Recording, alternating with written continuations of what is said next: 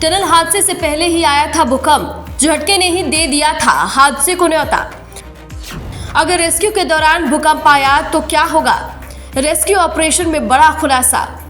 मजदूरों के पास drone camera भेजने की तैयारी, पता चलेगा कि मजदूर अंदर क्या कर रहे हैं। उत्तराखंड के उत्तरकाशी में हुए टनल हादसे को लेकर हैरान करने वाली रिपोर्ट सामने आई है। रेस्क्यू ऑपरेशन के दौरान एक ऐसा मूवमेंट आया जब सभी रेस्क्यू वाली टीमें भागने लगी। अचानक इस मूवमेंट के बाद लोगों में एक दौड़ के लिए अफरा तफरी मच गई।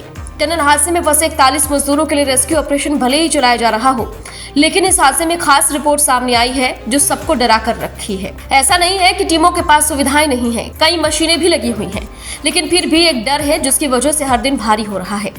रेस्क्यू ऑपरेशन के लिए तमाम कंपनियां लगी हुई हैं और कोशिश कर रही है रास्ता निकले, लेकिन ऐसा होता नहीं दिख रहा, क्योंकि जिस खतरे के डर से लोग हाथ नहीं डाल रहे हैं और हर कदम पर सावधानी बरत रहे हैं, वो खतरा बहुत बड़ा है। इस मुसीबत की शुरुआत तो हादसे के पहले ही हो गई थी, लेकिन इसका अंदाजा किसी को नहीं था इस तरह का संकट खड़ा हो जाएगा। आज हम अपनी रिपोर्ट में यही बताएंगे कि किस तरह से इस हादसे को लेकर पहले ही संकेत मिल चुके थे, लेकिन किसी की मजाल नहीं जो संभाल सके और संभल सके। खुलासे से पहले आपको ये बता दें कि इस टनल को NHIDCL बना रही है।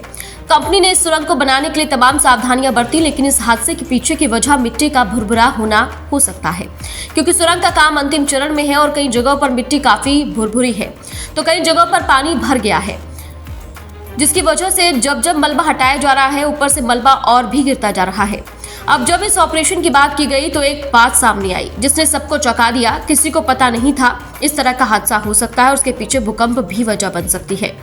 उत्तरकाशी में पिछले हफ्ते आए भूकंप के झटके के बाद टनल के अंदर भी चट्टान चटकने की आवाज आई थी, जिससे काम कर रहे मजदूरों में डर का माहौल था। वहीं सोमवार को टनल के भीतर का मंजर देखकर यहां काम कर रहे मजदूर डर गए। उन्हें खुद के यहां फंसने का डर सताने लगा, जिस पर वे काम छोड़कर बाहर आ गए। उन्होंने बचाव अभियान के दौरान सुरक्षा इंतजाम पुख्ता करने की मांग की। अब टीमें मजदूरों को देखने की तैयारी में है, यानी मजदूर कैसे हैं, किस तरह से टनल में बैठे और क्या कर रहे हैं, इस पर नजर बनाए रखने के लिए कैमरा भेजने की तैयारी है।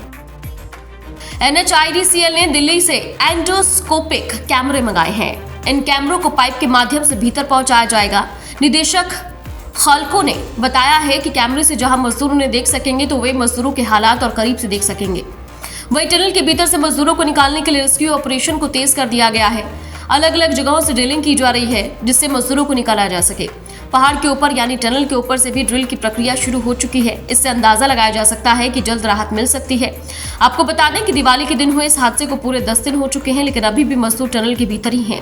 हालात ऐसे हो गए हैं कि कई मशीनों में खराबी आ गई है और भी मंगाई जा रही है, लेकिन मजदूरों के निकलने का इंतजार बढ़ता जा रहा है।